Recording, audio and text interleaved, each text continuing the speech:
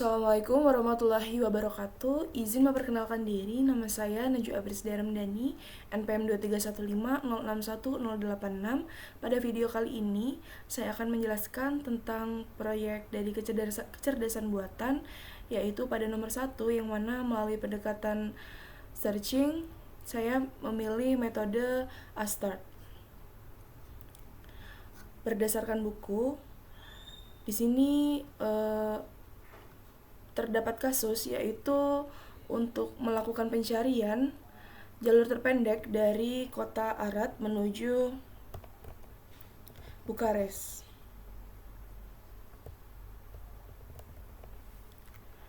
Astart merupakan algoritma pencarian yang termasuk dalam kategori Informed Heuristic Search, yaitu yang memanfaatkan informasi tambahan heuristik untuk memperkirakan biaya menuju solusi sehingga dapat mempercepat dilakukannya pencarian.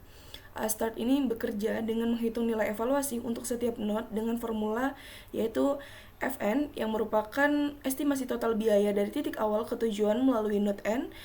Selanjutnya ada Gn yang merupakan biaya sebenarnya dari titik awal ke node yang mana biayanya sudah dilalui.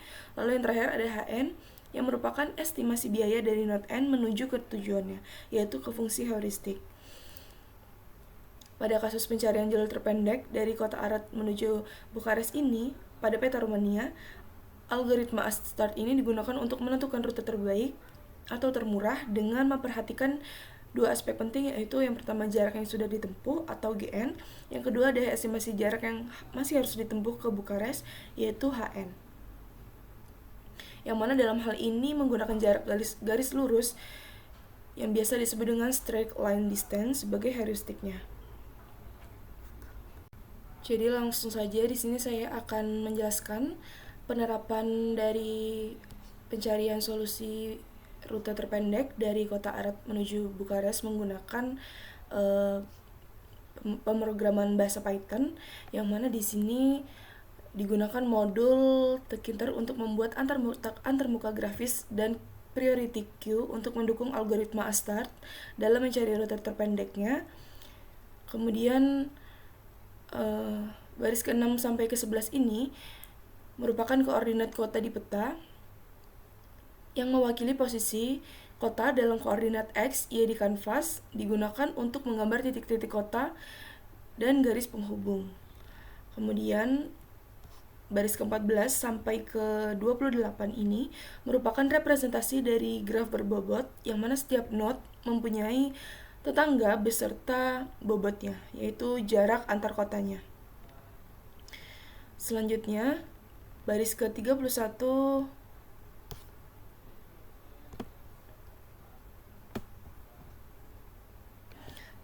baris ke-31 sampai dengan 35 itu merupakan estimasi jarak lurus dari tiap kota ke Bukares.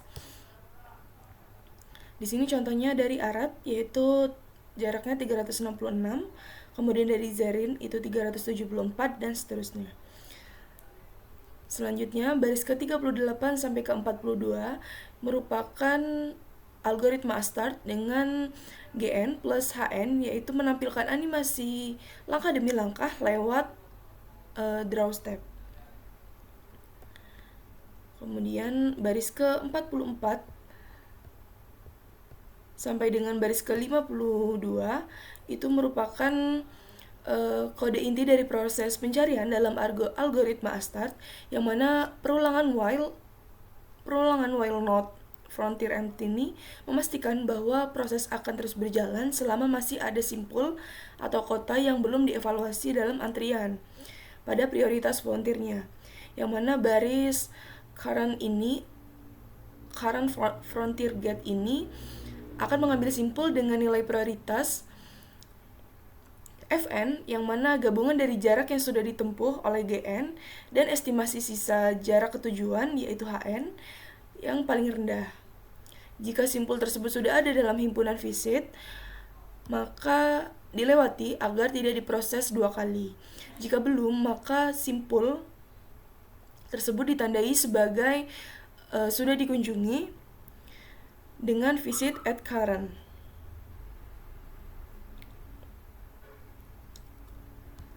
Lalu fungsi draw step current ini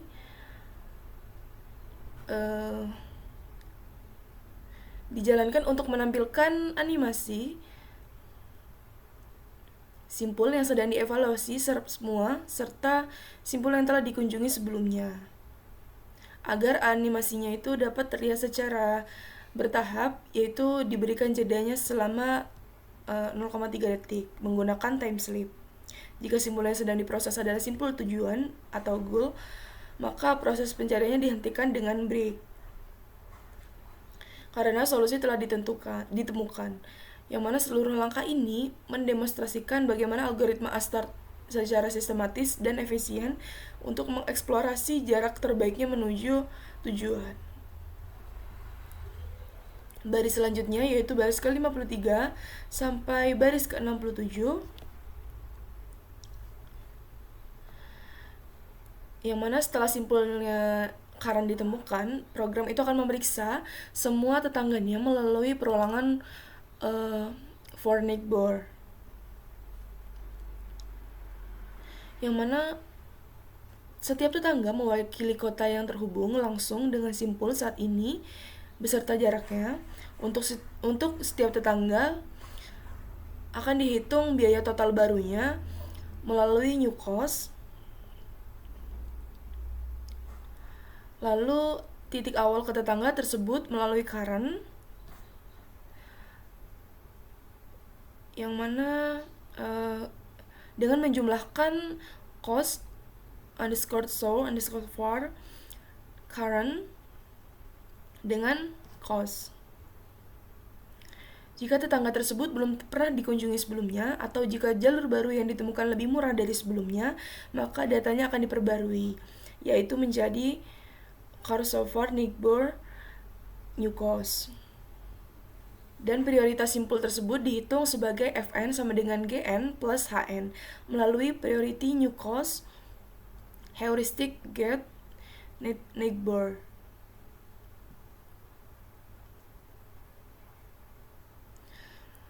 Selanjutnya,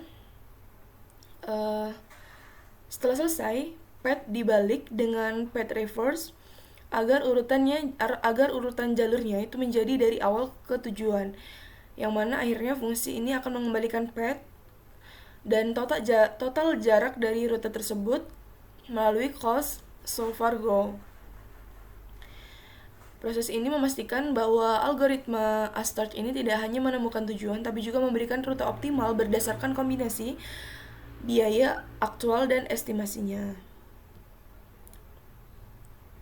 Lalu baris ke-69 sampai dengan baris ke-90 ini merupakan kelas visual start, yaitu komponen utama dari antarmuka grafis, yang mana dalam program ini dibangun dengan menggunakan pustaka Kintar dan merupakan turunan langsung dari kelas TK. Kemudian fungsi init ini akan merupakan sebuah konstruktor yang akan dijalankan saat objek dari kelas ini dibuat. Di dalam fungsi ini, jendela utama aplikasi di luar diatur dengan judul visual start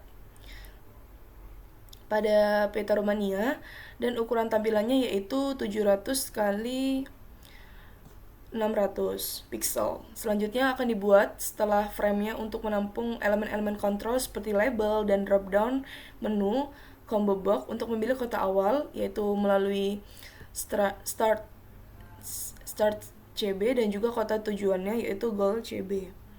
Di dalam frame ini juga terdapat tombol cari rute yang akan menjalankan fungsi find and draw ketika diklik. Selain itu juga disediakan area kanvas seluas 650 kali 500 pixel.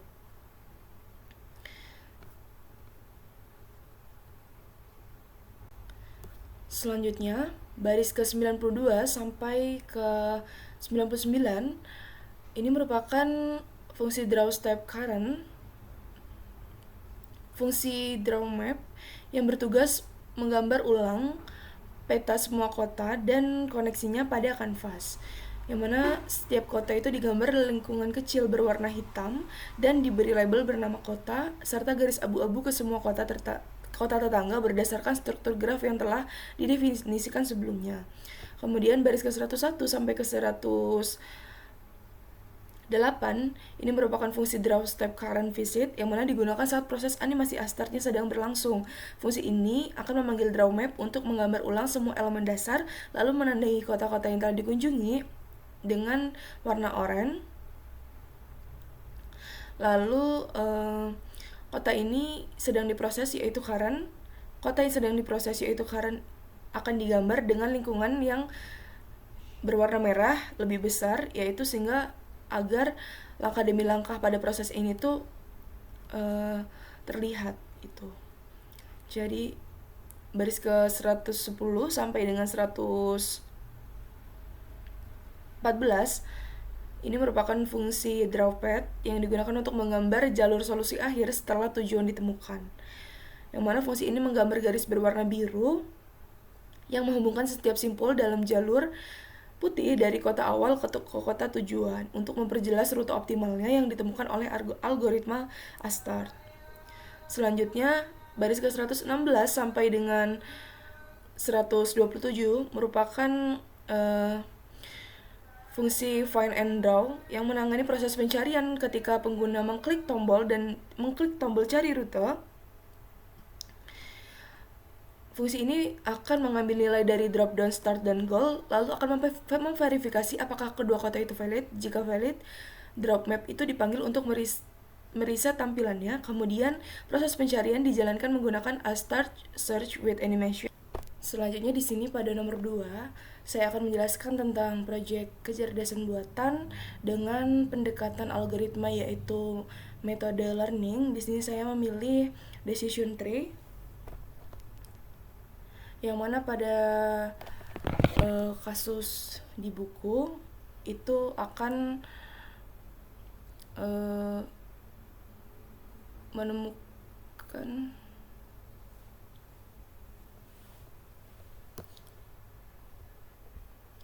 Selanjutnya pada nomor 2 di sini saya akan menjelaskan tentang proyek dari kecerdasan buatan yang menggunakan pendekatan learning. Di sini saya memilih decision tree yang mana decision tree itu merupakan pohon keputusan representasi fungsi klasifikasi yang memetakan vektor atribut menjadi sebuah keputusan atau label keluaran. Dalam konteks ini, pohon akan memutuskan apakah seseorang akan menunggu meja di restoran will wait atau tidak berdasarkan atribut-atribut situasional seperti jumlah pelanggan, apakah lapar, apakah hujan, dan sebagainya. Yang mana proses klasifikasi dalam decision tree ini dilakukan melalui urutan pengujian atribut, yaitu setiap simpul internal dari pohon merepresentasikan pengujian terhadap satu atribut, misalnya yaitu patterns. Yang kedua yaitu cabang-cabang dari simpul tersebut mengarah ke kemungkinan nilai atribut, yaitu full, some, dan none. Yang terakhir yaitu setiap daun atau leaf dari pohon menghasilkan nilai keluarannya, yaitu misalkan yes ataupun no. Yang mana fungsi algoritma dalam kasus restoran. Pada kasus restoran ini, decision tree itu digunakan untuk mengklasifikasikan keputusan seseorang apakah akan menunggu meja berdasarkan kondisi-kondisi lingkungan, yaitu yang memiliki atribut seperti apakah restoran penuh, perkiraan waktu tunggu, apakah sedang lapar, apakah hari Jumat atau Sabtu, lalu yang terakhir yaitu jenis restorannya. Oke, kita langsung saja pada kode dari Python-nya.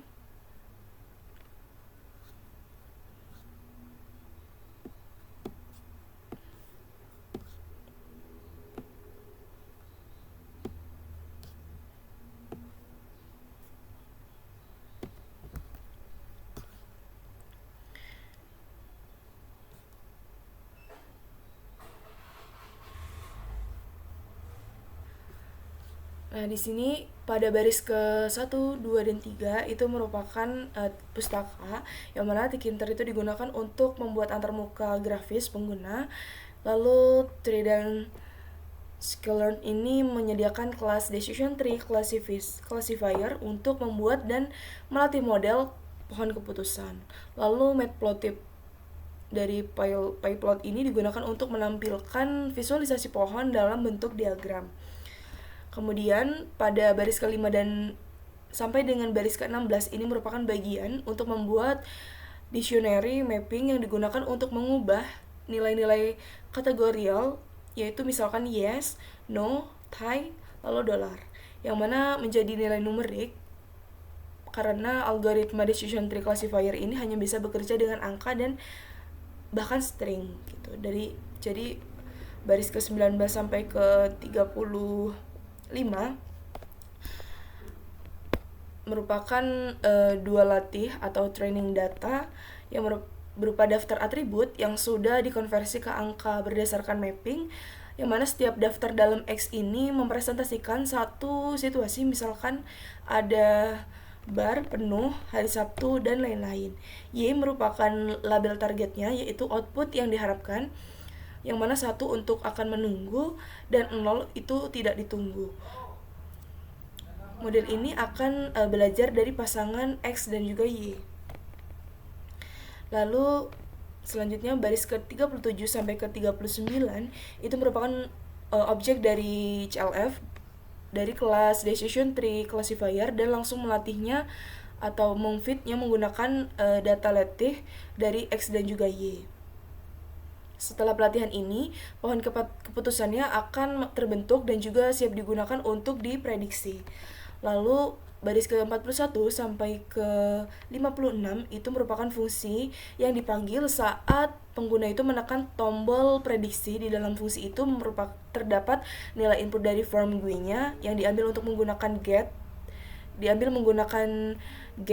string var, kemudian terdapat nilai tersebut akan menjadi angka dengan bantuan mapping, lalu inputnya akan dikonversi dimasukkan ke model CLF untuk diprediksi. Kemudian di sini baris ke-58 sampai baris ke-63 ini merupakan fungsi show tree digunakan untuk menampilkan pohon keputusan secara grafis menggunakan matplotlib, yaitu fitur file tree untuk memberi warna pada node berdasarkan klasifikasinya. Yang mana future names ini menampilkan nama atribut dari mapping pada node-nya dan class names-nya menampilkan label yes dan no di daun pohonnya. Lalu di sini baris ke 65 sampai 67 ini merupakan jendela utama dari GUI-nya untuk menggunakan TK dan memberi judul yaitu jendela. Selanjutnya baris ke-69 sampai ke-79 ini akan membuat variabel input bertipe string var, yaitu cara Tkinter yang menyimpan nilai dari optional menunya, yang mana nilai awal di style di sini misalnya yaitu no dan juga no atau 0 sampai dengan 10.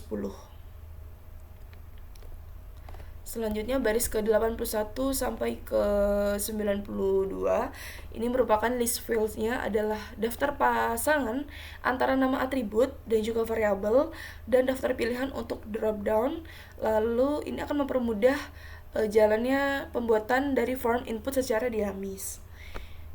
Selanjutnya baris ke-95 sampai ke-97 ini merupakan perulangan untuk membangun form inputnya secara otomatis, yaitu labelnya berisi nama atribut, misalnya alternate atau bar, kemudian option menunya membuat menu drop down berisi nilai yang bisa dipilih oleh pengguna nantinya, lalu metode grid untuk digunakan menyusun elemen ke dalam tabel, yaitu baris dan juga kolom. Baris ke-99 sampai ke-100 ini merupakan tombol yang dibuat pertama kali untuk memanggil fungsi predict untuk memproses input dan juga memunculkan hasil, serta tombol kedua untuk membuka diagram visualisasi pada pohon. Lalu baris ke-102 sampai 103 ini merupakan label kosong result label yang digunakan untuk menampilkan hasil klasifikasi apakah akan menunggu atau tidak. Lalu terdapat root main loop ini merupakan bagian terakhir yang penting karena menjalankan loop utama dari GUI-nya. Tanpa baris ini, maka jendelanya tidak akan muncul atau bisa langsung tertutup. yang mana program itu akan terus berjalan hingga jendela ditutup oleh pengguna. Di sini saya akan langsung jalankan.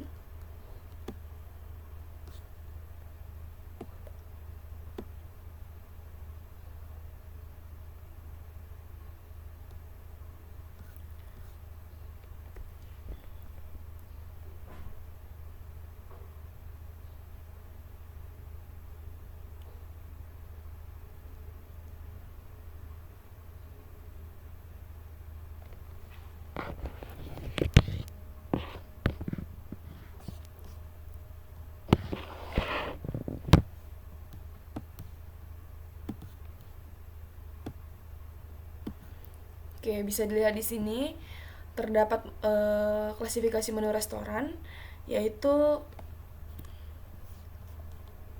dengan memilih pada masing-masing pilihannya, yaitu no atau yes.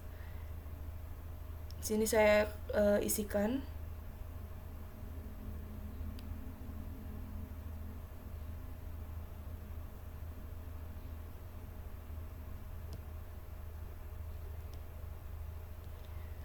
Nah, setelah semuanya terisi, yaitu pada alternate saya isi no, pada barnya saya isi yes, kemudian Friday atau Saturday-nya saya isi yes, Hungry-nya saya isi no, Patrons-nya saya isi some, Price-nya saya isi $2 ini, Raining saya isi yes, Reservation saya isi no, Type-nya saya isi Italian, Weight estimate-nya saya berikan yaitu range dari 10 sampai 30. Di sini terdapat button prediksi untuk melihat pohonnya. Kita bisa langsung saja klik. Nah, maka dia akan muncul dari pohon keputusannya dari masing-masing kategori tadi. Kemudian di sini prediksinya keputusan itu tidak menunggu. Jadi sekian presentasi dari saya. Kurang dan lebihnya saya mohon maaf. Saya akhiri. Wassalamualaikum warahmatullahi wabarakatuh.